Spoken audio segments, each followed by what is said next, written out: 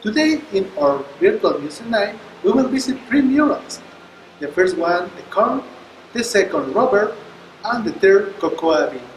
All of them created by Diego Rivera in 1950. Join me. In all of them, Diego Rivera painted the process to extract this product in order to make different products. In this mural, the corn, Diego Rivera shows us a very colorful landscape, where in the upper central part he painted the volcano Citlantepetl, or better known as Pico de Orizaba. In the lower central part, it presents the chinampas or floating gardens, which consist of blocks made artificial by man, built on the shores, swamps, and deep freshwater lakes of the basin of Mexico. In the canals of Xochimilco, in addition to highlighting its trajineras and water conduits, to do the chinampas from which different products that the ground offers us can be produced. In other words, they are a way of growing their own food. In the lower left part of the mural is located the goddess Chicomecoatl, who is associated with the sustenance and maintenance of vegetation of fertility. In addition, Rivera recreated the structure called Amacali, which is a paper house used as throne for this goddess. On the right side, there is the scene of the goddess of water. Below you can see some farmers planting and sealing corn plants with the coa.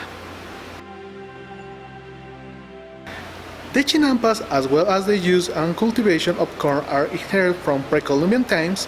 For this reason, Rivera focused on telling us about the process of sowing and harvesting this grain, which represents one of the fundamental foods in our current diet. Below Chicomecoatl, we find women of different ages making food based on corn. In the lowest part, you can see one grinding this grain, another behind her making tortillas, and on her right side an older woman making the atole. Atole is a drink of pre-Columbian origin widely consumed in modern Mexico. However, in large cities you can already buy it in small bags with a ready-to-make formula. The products that we can make with corn constitute a great variety.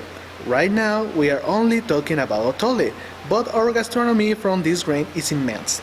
As mentioned by Bruce F. Benz, corn is a cultural and natural heritage that Mexico has bequeathed to the world, the result of millennia of human and natural selection, a human creation prodigy of its wisdom.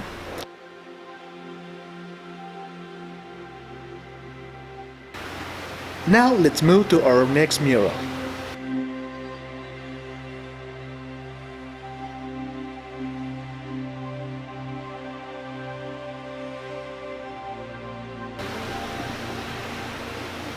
Now we are in the Mural Grouper, where Diego Rivera painted the extraction of this product from the rubber tree.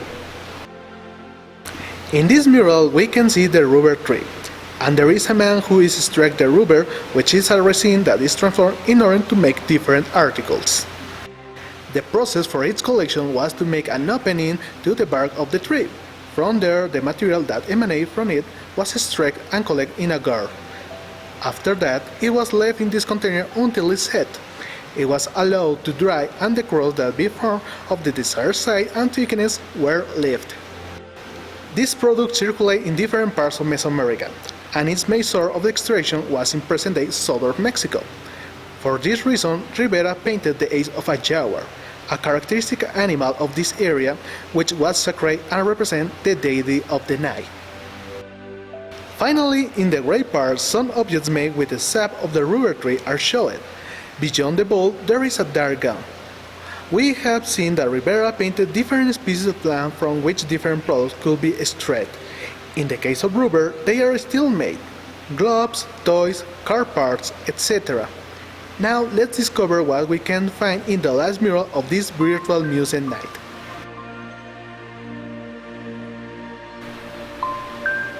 Now we are in the mural Cocoa Bean. Here Diego Rivera painted the process to extract the seed, but not all of them was made in pre-Columbian times. Join me to know why. The cocoa bean, based on the belief of the Mayas and Mexicas, was called the food of the gods. According to the Popol Vuh, cocoa was a fruit metaphorically related to blood and sacrifice. Cocoa was only for people with some social, political, or economical power. The consumption of beverages made with the bean was restricted to the ruling classes, and the violation of this rule was severely punished. It was so convenient that it was used as currency for bartering. Thus, this seed was always on the table of the Tlatoani, since it was also a symbol of abundance that was used at the time of the religious rituals dedicated to the divinities. In the mural, the cocoa tree, the cocoa pod, and the flowers are represented. Also, in the way of collecting it, dry it in the sun, roasting, and grind it. All this procedure was carried out to obtain the paste, which was the mix of hot water in the drink called chocolate atl was obtained. This drink had a taste of bitter and spicy water, which had a gradual transformation with the arrival of the Spaniards, since cocoa began to be mixed with milk and sugar, and almost always leaving aside the hot spices. With the time, the use of this grain continued to change until we researched our current chocolate. As Humboldt mentioned, in no other product has nature concentrated such a valuable and healthy food in such a small space as in cocoa bean.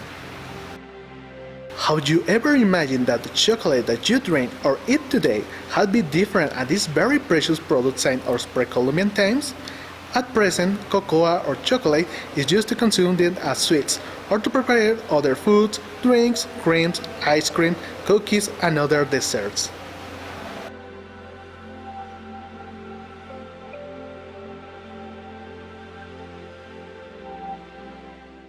As we could see, all these murals are dedicated to the process of harvesting and extraction of different products that they have power in our daily life.